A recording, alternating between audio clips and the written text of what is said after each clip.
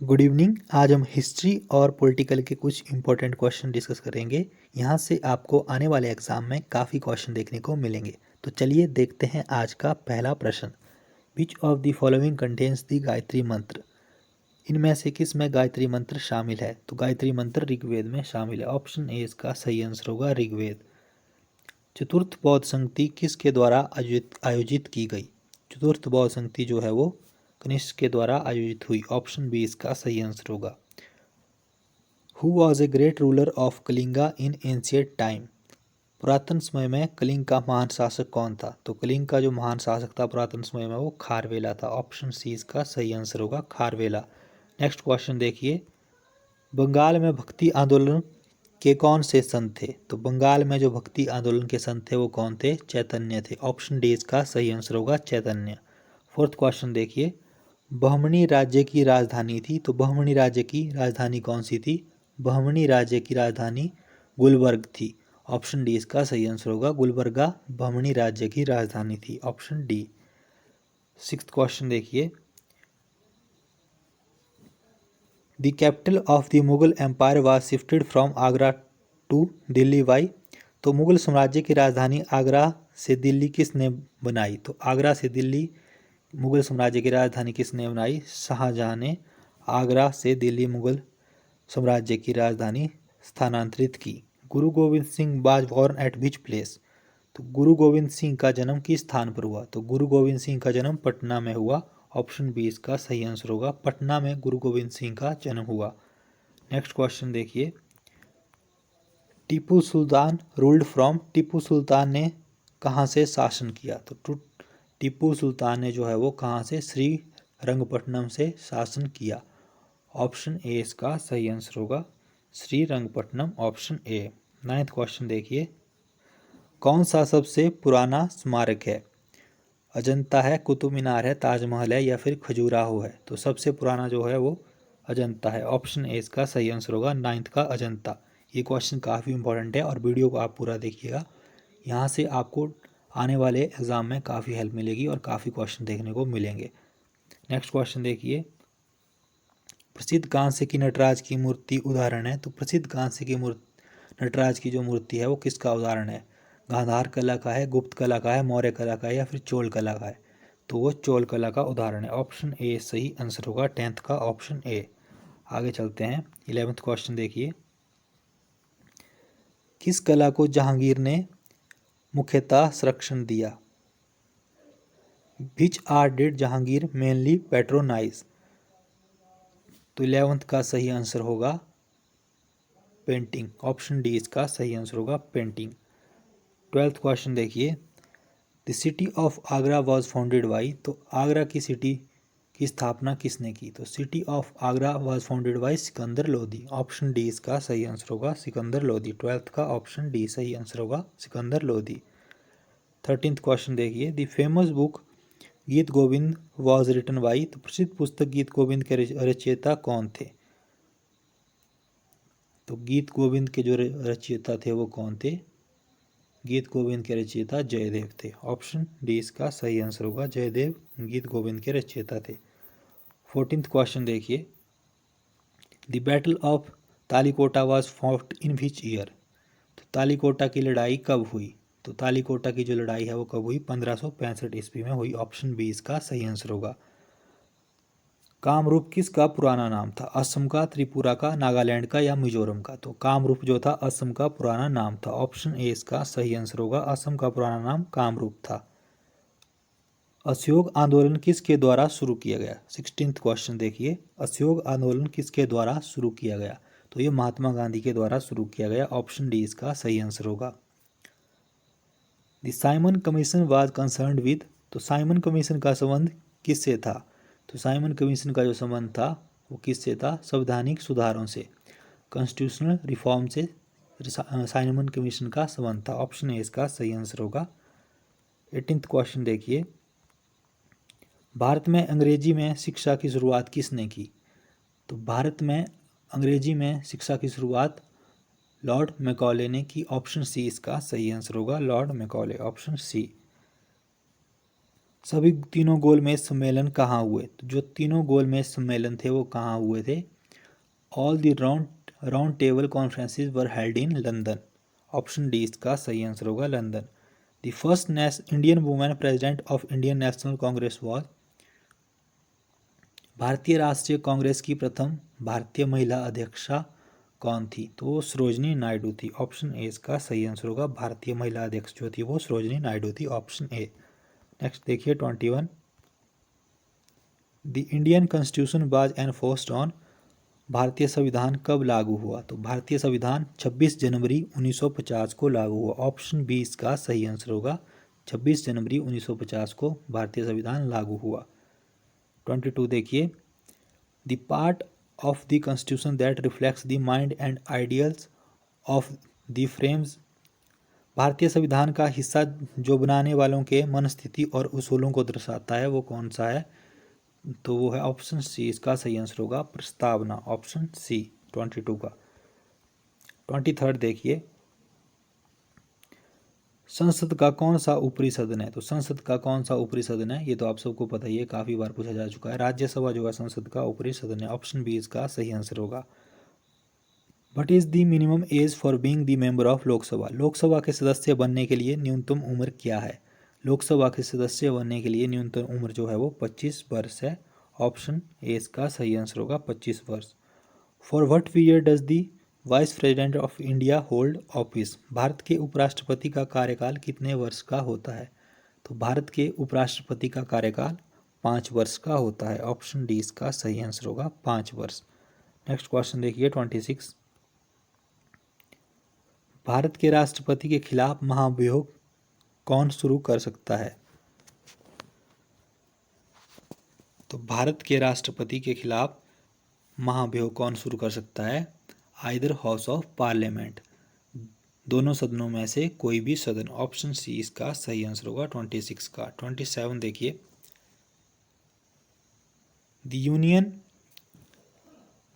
Union council of minister is appointed by the. केंद्रीय मंत्रिमंडल की नियुक्ति किसके द्वारा की जाती है? तो केंद्रीय मंत्रिमंडल की नियुक्ति जो है वो प्रेसिडेंट ऑफ इंडिया के द्वारा की जाती है प्रधानमंत्री की सलाह पर। ऑप्शन सी इसका सही आंसर होगा।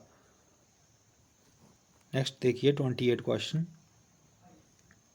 सामाजिक सुरक्षा और सामाजिक बीमा जैसे विषय संविधान की किस सूची में शामिल है? तो सामाजिक सुरक्षा और सामाजिक बीमा जैसे विषय संविधान की कंकरेंट लिस्ट में शामिल है। ऑप्शन बी समवर्ती सूची में शामिल है। ऑप्शन बी इसका सही आंसर होगा। एक व्यक्ति के अनधिकृत कैद के संबंध में अदालत कौन सी याचिका जारी करती है? तो ये करती है हबियस कॉर्पस। ऑप्शन ए इसका सही आंसर होगा हबियस कॉर्पस। ऑप्शन ए 29 का। नेक्स्ट क्वेश्चन देखिए। The supreme court of India is created by. तो भारत के उच्चतम न्यायालय को बनाया गया किसके द्वारा? तो कौन से अधिनियम के द्वारा भारत के उच्चतम न्यायालय सुप्रीम कोर्ट को बनाया गया? तो ये बनाया गया कॉन्स्टिट्यूशन संविधान के अनुसार। ऑप्शन ए इसका सही आंसर होगा। Lok Sabha election are held after every year. Lok Sabha के चुनाव कितने वर्षों बाद होते हैं? हर बार कितने वर्षों बाद होते हैं? तो ये 5 वर्षों के बाद होते हैं। Option C. 32 क्वेश्चन देखिए। The panchayati raj institution in India are established as per constitutional direction of. तो भारत में पंचायती राज संस्थाओं को किन संवैधानिक निर्देशों के आधार पर बनाया गया है? तो किसके आधार पर बनाया गया है? इनको बनाया गया है directive principles of state policy के आधार पर बनाया गया है। राज्य के नीति निर्देशक तत्वों सिद्धांतों के अनुसार इनको बनाया गया है। ऑप्शन बी इसका सही आंसर होगा 32 का।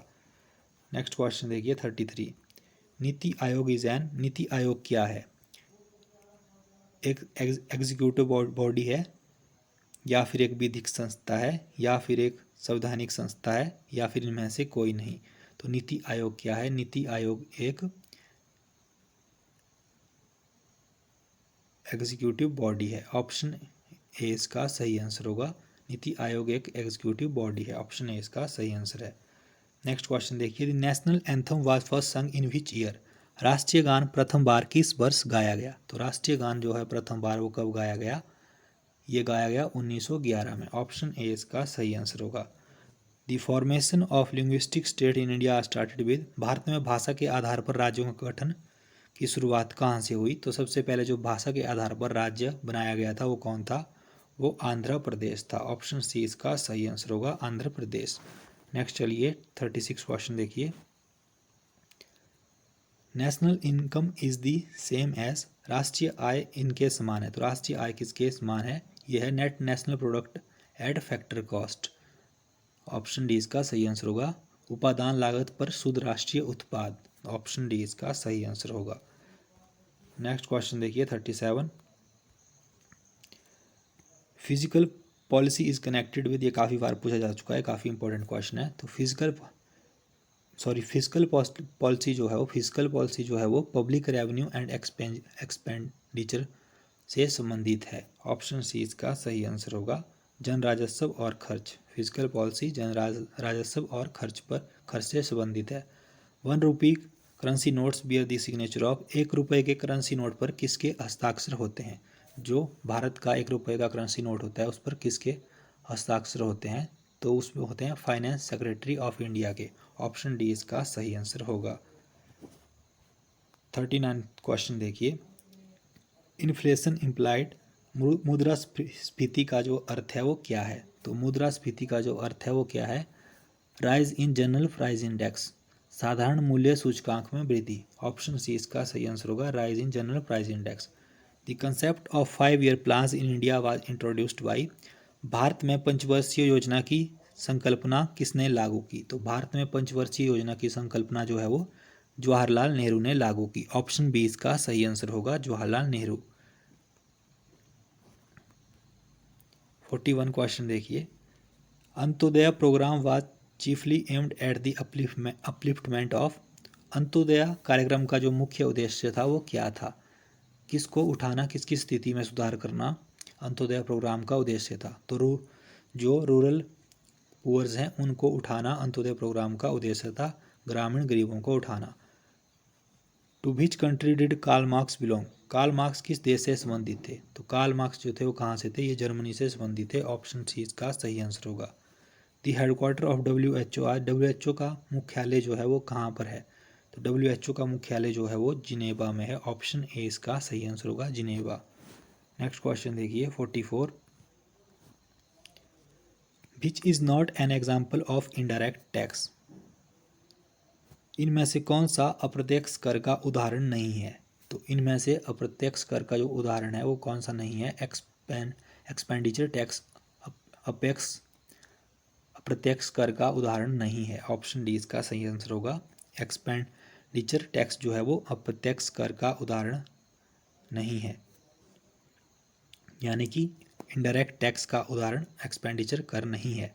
The currency of Brazil is, Brazil की मुद्रा क्या है? तो ब्राज़ील की करेंसी क्या है? ब्राज़ील की करेंसी रियाल है। ऑप्शन सी इसका सही आंसर होगा, रियल है। ब्राज़ील की करेंसी रियाल है। ऑप्शन सी इसका सही आंसर होगा, riyal. Which is most predominant in the sun, सूर्य में सबसे प्रबल इनमें से कौन सा है? तो सूर्य में सबसे अधिक कौन सी गैस पाई जाती है? हाइड्रोजन, हीलियम, नाइट्रोजन या फिर ओजोन? तो सूर्य में सबसे अधिक जो प्रबल है वो कौन सा है? वो हाइड्रोजन है। ऑप्शन ए इसका सही आंसर होगा, the most predominant in the sun is hydrogen. 47 question देखिए। Which is a red planet, इनमें से लाल ग्रह कौन सा है? तो इनमें से कौन सा है लाल ग्रह? मरकरी है, वीनस है, जुपिटर है या फिर मार्स है? तो इनमें से मार्स लाल ग्रह है। ऑप्शन ए इसका सही आंसर होगा। विच इज ए ग्रेट सर्कल, तो इनमें से क्या एक महान गोला है? तो किसको एक महान गोला ग्रेट सर्कल कहा जाता है? तो इक्वेटर को एक महान गोला कहा जाता है। ऑप्शन बी इसका सही आंसर होगा। The dry wind Santa Ana blows in, शुष्क पवन संता आना बहती है। तो शुष्क पवन संता आना कहाँ पर बहती है? कौन सी जगह पर, कौन से देश पर बहती है? तो ये कैलिफोर्निया में बहती है। ऑप्शन डी इसका सही आंसर होगा, California. The sudden fall in the barometric reading indicates, barometric reading में अचानक गिरना बताता है। तो बैरोमेट्रिक रीडिंग का जो अचानक गिरना वो किसको बताता है? ये स्टॉर्म तूफान को बताता है। ऑप्शन डी इसका सही आंसर हुआ है, काफ़ी बार पूछा जा चुका है। Caldera is a feature associated with, caldera एक विशेषता किससे संबंधित है? ज्वालामुखी से, भूकंप से, चट्टानों के मुड़ने से या पर्वतों के भ्रंशन से। तो कैलडेरा किससे संबंधित है? वोल्केनो से संबंधित है, ज्वालामुखी से संबंधित है। ऑप्शन ए इसका सही आंसर होगा, वोल्केनोस। तो ये आज का हमारा लास्ट क्वेश्चन था। अगर वीडियो अच्छी लगे तो वीडियो को लाइक जरूर करें और चैनल को सब्सक्राइब करना ना भूलें। और जैसा कि मैंने आपको पहले बताया कि हम चैनल का नाम जल्दी ही चेंज करने जा रहे हैं, तो आप इसी तरह से सपोर्ट करते रहिए, क्योंकि कुछ टेक्निकल इशूज़ की वजह से चैनल जो है वो सर्च में नहीं आ रहा है, तो इसलिए हम चैनल का नाम जो है चेंज कर रहे हैं। बाकी गवर्नमेंट जॉब की इन्फॉर्मेशन के लिए और जीके के लिए जुड़े रहिए हमारे साथ। धन्यवाद।